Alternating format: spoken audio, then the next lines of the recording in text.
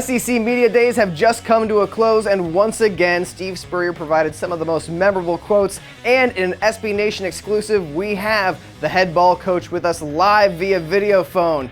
Coach, how did you enjoy the SEC Media Days this year?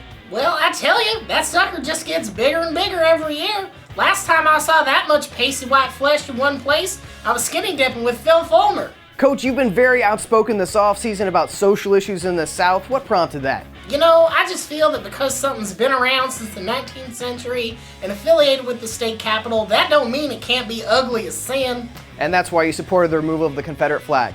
Oh hell, I thought we were talking about Vanderbilt football. Coach, there's been a lot of talk about Arkansas this offseason with the way they finished in 2014. Any thoughts on the Razorbacks? I mean, if beating Texas is as sexy as Brett Bielema makes it sound, Bill Snyder's not going to need a Cialis prescription. Probably not. You've coached for over 30 years in the SEC. Other than South Carolina and Florida, what would you say is the best job in the SEC? Well, shoot, that's a tough one. I guess I'd have to go with Bama. Them folks treat Nick Saban like a king. And by that I mean he's surrounded by poor people who can't read and won't likely live till 35.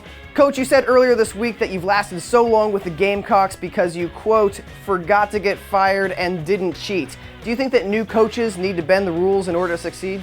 Not at all. I mean, look at a guy like Mark Richt, faithful man, and so humble that he has Georgia lose a game it shouldn't every year just to prove that he's not perfect. All right, before we go, last question. Any advice for new Florida coach Jim McElwain?